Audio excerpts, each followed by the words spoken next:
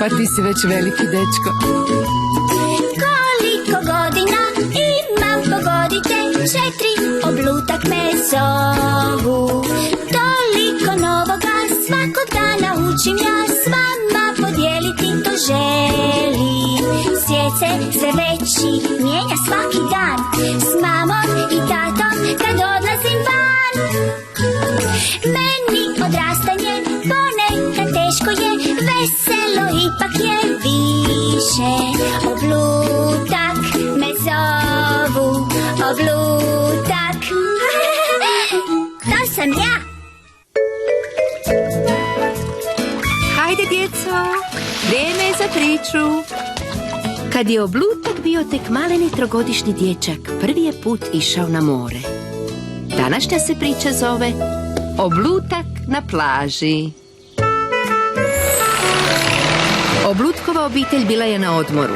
Bio je to njegov prvi izlet na more i na plažu. Što je to? To je šum mora. Stigli smo! Oblutak je bio tako uzbuđen da nije mogao dočekati da dođu na plažu. O, gledaj, mama, more! Oblutak, zlato, sunce i jako. Dođi da te malo namažem. Ne,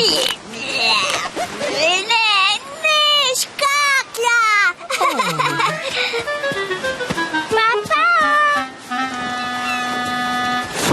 Tako, bit će dobro. Ovo je lijepa plaža. Tko želi u vodu? Ja idem! Oblutak još nije učio plivati, pa je čvrsto držao tatinu ruku dok su trčali u vodu.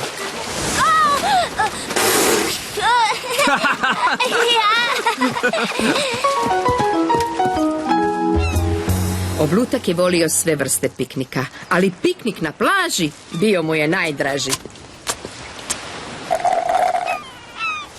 Oblutkov sendvič bio je pun pijeska. Mama, gle! Oblutak.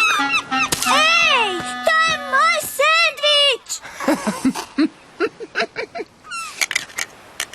Bok?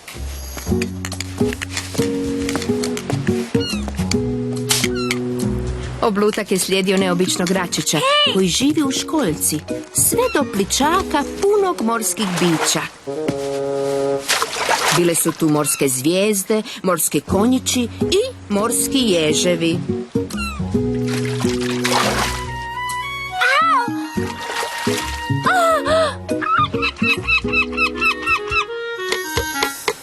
Ko će sa mnom graditi dvorac od pijeska? Ja!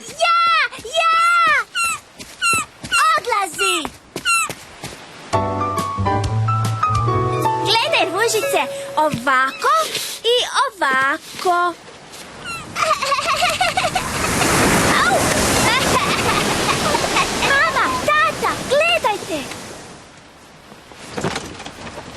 Došla je plima, vrijeme je da idemo. Moj dvorac!